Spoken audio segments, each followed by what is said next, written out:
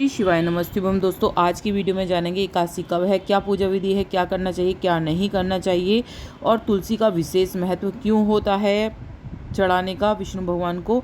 सभी चीज़ें बहुत ही बारीकी से बहुत अच्छी अच्छी बातें मैं आपको बताऊंगी। वीडियो के लास्ट तक बने रहिएगा। अच्छी लगे तो लाइक सब्सक्राइब जरूर कर लीजिएगा, जिससे आगे वीडियो मिलती रहें। कमेंट में जय माँ तुलसी हर हर महादेव जरूर लिखिएगा।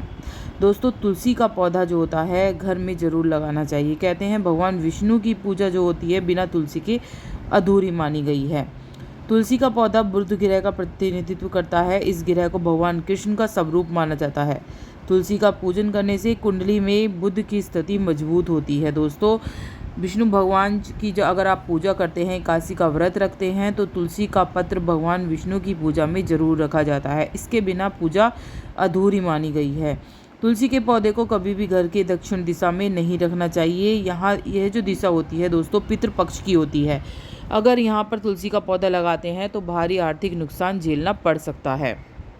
तुलसी का पौधा मिट्टी के पात्र में ही लगाना चाहिए। प्लास्टिक के बर्तनों का प्रयोग करने से बचना चाहिए। तुलसी के पात्र में जहाँ भी आपने पौधा लगा रखा है, चूने या हल्दी से श्री कृष्ण का नाम लिखना बहुत ही शुभ माना जाता है। और जब भी आप भगवान विष्णु की पूजा करें, एकादशी पड़ती है तो उस दिन एकादशी के दिन तुलसी पत्र नहीं तोड़ा जाता है। न ही रविवार को, पूर्णिमा को, अमावस्या को, इन दिनों में तुलसी पत्र नहीं तोड़े जाते हैं। एक ही दिन आपको पहले ही तोड़कर रख लेने हैं। अगर नहीं रख पाए हैं तो जो गिरे हुए सूखे पत्र होते हैं उनका उपयोग भी आप कर सकते हैं। कभी भी तुलसी पत्र वासी नहीं होता है।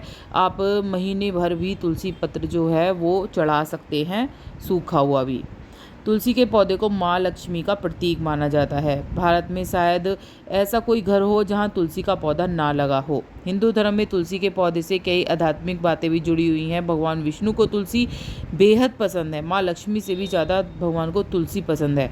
इसलिए तुलसी के पत्तों के बिना भगवान विष्णु की पूजा में प्रसाद नहीं चढ़ाया जाता है। ये पौधा जितना पवित्र माना जाता है उतना गुणकारी भी होता है।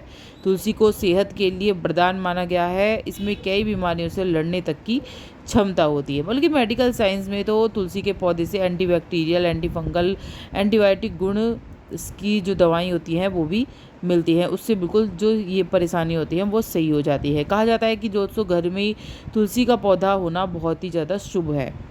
इसके सामने हर शाम दीपक जलाने से घर में सुख समृद्धि आती है। मान्यता है तुलसी होने से घर की नकारात्मक ऊर्जा जो होती है वो दूर होती है। पुराणों में बताया गया है कि मृत्यु के समय गंगा जल संग तुलसी के पत्ते लेने से आत्मा को शांति और स्वर्ग की प्राप्ति भी होती है। आपने समझा, बहुत ही ज़्यादा चमत्कारिक चीज़ें होती हैं तुलसी की। अगर आपके घर में तुलसी है, तुलसी सूख गई है, तो हर तरह से मैं उसका उपयोग आपको इस वीडियो में बता रही हूँ। क्या करना है शॉर्ट में ही मैं जल्दी जल्दी बताऊँगी आपको। तुलसी जो आपकी सूख गई है, सबसे पहले आप तुलसी की जो डंडियाँ हैं उन्हें एक तरफ कर लीजिए।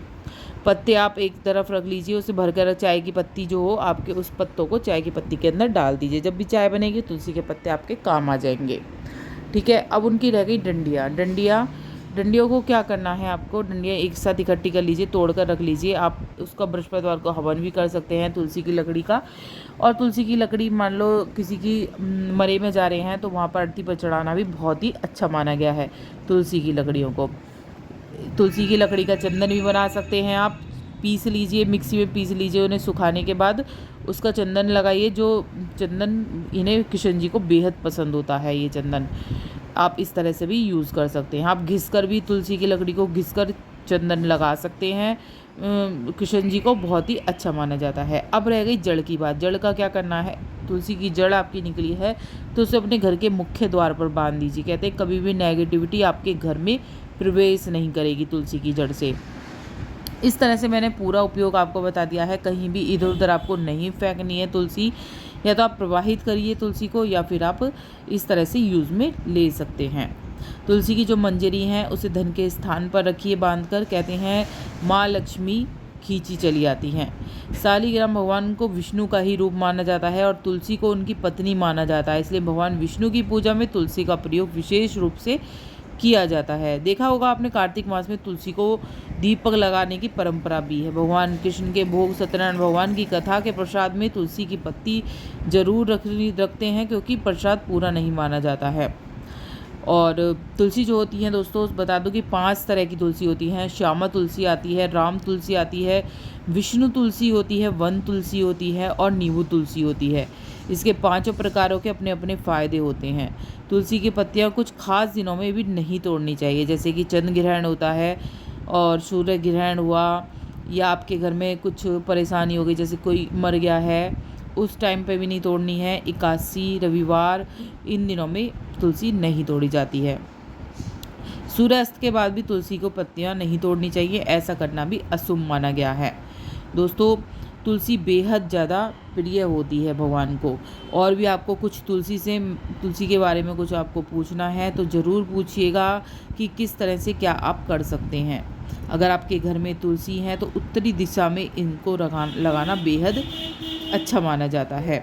तुलसी जो होती है घर की नकारात्मक ऊर्जा जो होती है उसको बाहर निकालती है, जो नेगेटिविटी घर में आती है उसको बाहर निकालती है और आपके घर में सुख समृद्धि लाती है। तुलसी की जो भी तुलसी लगा रखी हो उसमें एक तुलसी की कम से कम आपको पूजा ज़रूर करनी चाहिए, रोज़ जल चढ़ाना चाहिए।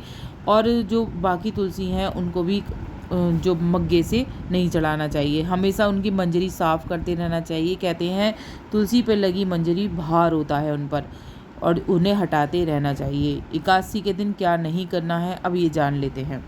एकादशी के दिन आपको बाल नहीं धोने चाहिए, नाखून नहीं कटवाने चाहिए, तेल नहीं लगाना चाहिए और किसी से अपशब्द नहीं कहने चाहिए। लहसुन प्याज का सेवन नहीं करना चाहिए, चावलों का सेवन भी नहीं करना चाहिए, चावल की बजाय आप तिल का सेवन कर सकते हैं। और एकादशी के दिन किसी के दिया हुआ अन्न भी आपको नहीं खाना चाहिए, सिर्फ अपना ही अन्न खाना चाहिए। इससे क्या होता है, पुण्य ह्रास होते हैं, आपके जो पुण्य हैं दूसरों पे चले जाते हैं। तो इस तरह से भी आपको नहीं करना चाहिए। जैसे मैंने सभी बताया तुलसी के बारे में, आपको इसी तरह से यूज़ करना है। इससे आपको जो परेशानी है, कोई बहुत सारी बीमारी हो जाती हैं, घर में परेशानी चल रही है, तो आप तुलसी के पत्र थोड़े दिन खाने में डाल कर देखिए, आटे में डाल लिए या आपने चाय बनाई चाय में डाल लिए, तो बहुत सारी जो बीमारियां होती हैं तुलसी के पत्र से ही सही हो जाती हैं। अब एकादशी कब पड़ रही है जान लेते हैं। सभी एकादशी बताऊंगी, मई से लेके आपको जुलाई तक की एकादशी में यहाँ बता रही हूँ।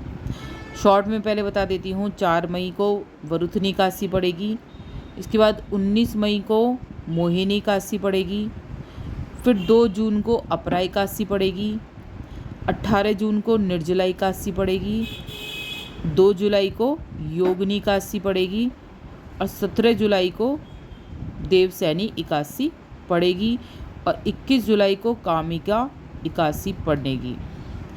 बस इतना ही। और आपको एकादशी के बारे में बता दिया मैंने, कब कब पड़ रही है। पारण जो है मैं सब लिख दूंगी, आपको किस समय करना चाहिए और क्या खाना चाहिए क्या नहीं खाना चाहिए, इसके बारे में बात कर लेते हैं। दोस्तों, एकादशी के दिन बैगन, मूली, इन चीज़ों को घर में बिल्कुल भी नहीं बनाना चाहिए। एकादशी के दिन किसी को तेल का दान भी नहीं करना चाहिए। अगर आप दोस्तों किसी परेशानी से जूझ रहे हैं, रुपया आता है चला जाता है, बहुत ज़्यादा परेशानी होती है, तो तुलसी के जो सारे चमत्कारिक मैंने आपको उपाय बताए हैं वो करके देखिएगा। धन के स्थान पर तुलसी को स्थापित करिएगा, अपने घर के मुख्य द्वार पर तुलसी की जड़ को बांध कर देखिएगा। सारी जो नेगेटिविटी होती हैं, जो परेशानियां होती हैं घर में, सारी नेगेटिविटी से आती हैं। अगर आपके घर में नेगेटिविटी नहीं रहेगी तो कभी भी बीमारी आपके घर में नहीं आने की है। पूजा विधि मेरे चैनल पे अलग वीडियो में यहाँ आप देख सकते हैं, और जो भी सारी वीडियो हैं मेरे चैनल पे फुल वीडियो आप देखें, सब तरह की वीडियो आपको मिलेगी। और वीडियो के लिए लाइक